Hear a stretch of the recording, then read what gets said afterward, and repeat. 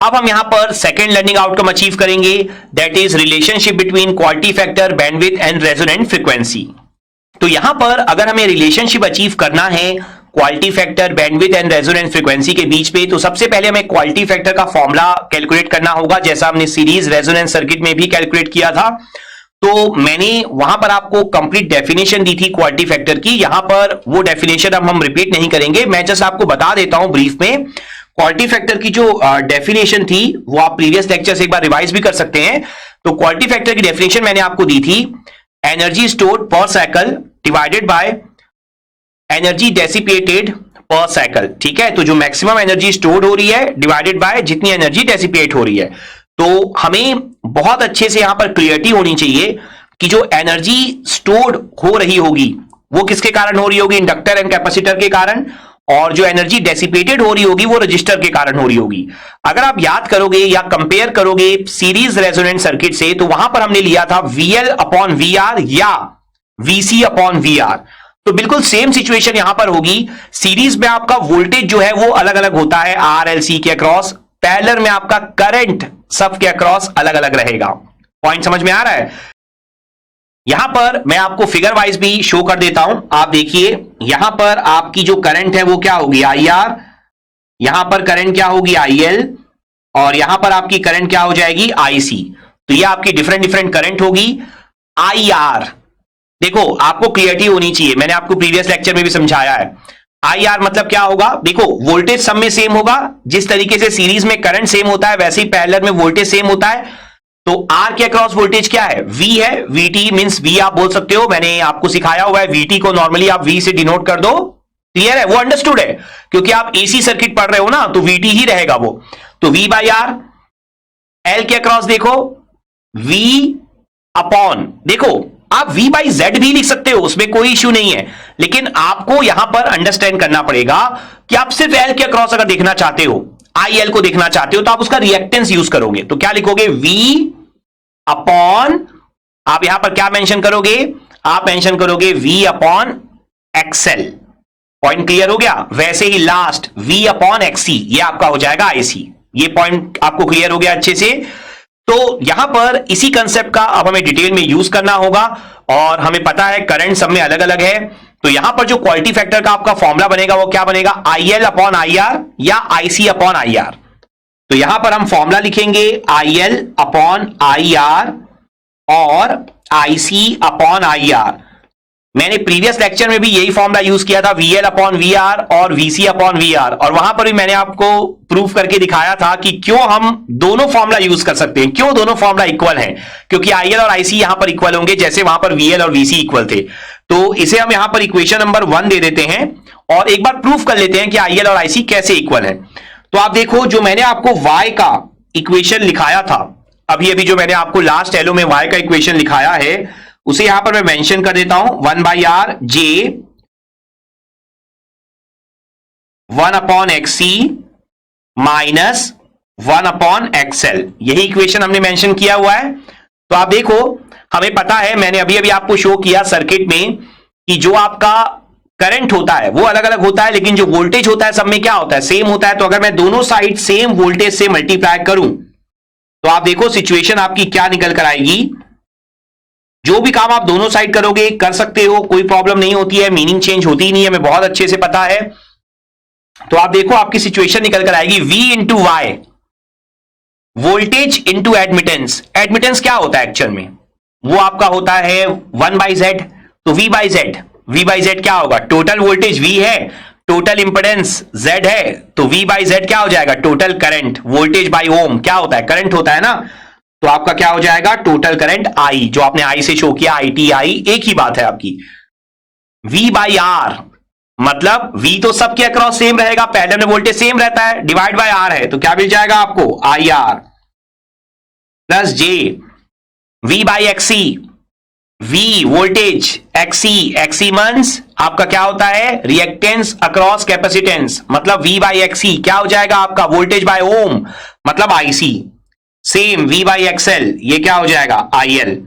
तो हमें पता है एट रेजोनेंस जो इमेजिनरी पार्ट होता है आपका वो क्या होता है, आपका जीरो होता है। तो अगर आपका इमेजिनरी पार्ट जीरो है तो I L is equal to क्या हो जाएगा, आपका आई सी हो जाएगा। दैट्स वाई हम इक्वेशन नंबर 1 यहां पर यूज कर सकते हैं। तो यहां पर आप वापस जाएंगे इक्वेशन नंबर 1 में और आप देखो quality factor I L upon I R is equal to I C upon I R आप यूज कर सकेंगे यहां पर। और क्वालिटी फैक्टर की जो वैल्यू है आप देखो क्या निकल कर आएगी अब आपकी आई एल अभी अभी मैंने आपको शो किया है, क्या होता है V upon XL, I R V upon R, I C V upon X C और I R again V upon R. तो आप जानते ही हैं कि v जो है वो सेम रहता है r के अक्रॉस, l के अक्रॉस, c के अक्रॉस, तो सब जगह से v आपका कैंसिल हो जाएगा। तो यहां पर क्या मिलेगा r upon XL, r upon X C. ये पॉइंट आपको क्लियर हो गया। अब आप देखेंगे ना तो जो सीरीज में फॉर्मूला मिला था वो मिला था X L upon R, X C upon R. यहां पे जस्ट अपोजिट मिलता है तो फॉर्मूला याद करना बहुत ईजी होता है। आप सीरीज का याद करो, 1 अपॉन कर दो, पैरेलल का आ जाएगा। तो यहां पर आप देखो r अपॉन एक्सएल क्या होता है ओमेगा नॉट एल, ठीक है। वैसे ओमेगा एल है लेकिन हम सारा एनालिसिस रेजोनेंस में कर रहे हैं ना तो ओमेगा नॉट लिखोगे। और एक्सी क्या होता है 1 अपॉन ओमेगा नॉट सी, तो क्या हो जाएगा आर ओमेगा नॉट सी। और आप चाहो तो ओमेगा नॉट की वैल्यू भी पुट कर सकते हो। वो क्या निकल कर आई थी हमारी पैरेलल के लिए 1 upon under root L C, और यहां पर एल हो जाएगा और यहां पर देखो R 1 upon under root L C और यहां पर सी हो जाएगा। पॉइंट क्लियर हो गया। अब यहां पर आप देखो Q की value full and final value, यहां पर आप देखो जो रूट एल है वो कैंसिल हो जाएगा, आपको दिखाई दे रहा होगा, ठीक है। रूट सी जो है आपका ऊपर चला जाएगा तो देखो क्या मिलेगा आपको R root C by L. ये सिचुएशन क्लियर हो गई आपको अच्छे से। अब आगे देखो आप यहां पर देखो रूट सी कैंसिल हो जाएगा तो क्या बचेगा R root C upon L. दोनों साइड आपका सेम आंसर निकल कर आएगा क्वालिटी फैक्टर का। समझ में आया अच्छे से। तो यहां पर अब क्वालिटी फैक्टर का जो रिलेशनशिप हमें मिला है आप देखो, आप ये इक्वेशन भी यूज कर सकते हो, इसे हम दे देते हैं इक्वेशन नंबर ए। आप ये इक्वेशन भी यूज कर सकते हो, इसे हम दे देते हैं इक्वेशन नंबर बी। और आप चाहो तो ऊपर वाला इक्वेशन भी यूज कर सकते हो, इसे हम दे देते हैं इक्वेशन नंबर सी। किसी को भी आप कोई भी नाम दे दो। बोलने का मतलब यहां पर यह है कि आप कोई भी एक एक्सप्रेशन याद रख लो, बाकी के एक्सप्रेशन ऑटोमेटिकली आपको याद हो जाएंगे। और एट लास्ट अगर हम रिलेशनशिप के बारे में डिस्कस करें तो जो बैंडविड्थ होता है आपका वो होता है F not upon quality factor. जो फॉर्मूला हमने सीरीज रेजोनेंस में पढ़ा था सेम फॉर्मूला आपका पैरेलल रेजोनेंस में भी वैलिड होगा। और यहां से अगर हम देखें तो बैंडविड्थ जो है वो इनवर्सली प्रोपोर्शनल है क्वालिटी फैक्टर के। और यहां पर अगर हम बैंडविड्थ का फॉर्मूला भी अचीव कर लें तो बैंडविड्थ की फॉर्मूला आपका क्या हो जाएगा एफ नॉट का फॉर्मूला क्या था 1 upon 2 pi under root L C. और उसके बाद क्वालिटी फैक्टर ये आपके सामने है यहां पर R root C upon L.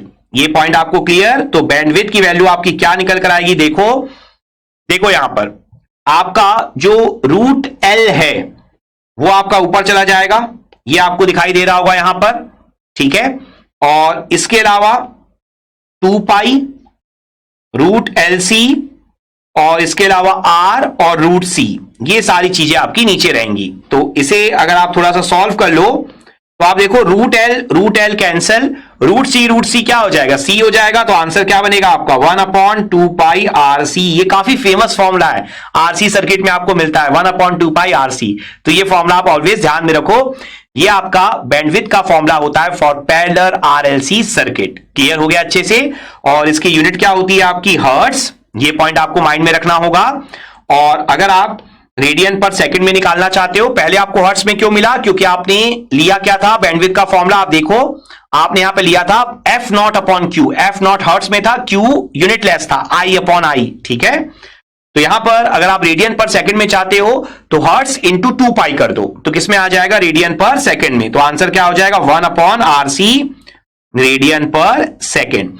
तो ये आपका हो गया बैंडविड्थ का फॉर्मूला। और साथ ही साथ हमने बैंडविड्थ, क्वालिटी फैक्टर और रेजोनेंस फ्रीक्वेंसी में रिलेशनशिप भी स्टडी कर लिया। तो आई होप आपको सारी चीजें बहुत अच्छे से समझ में आ गई होंगी।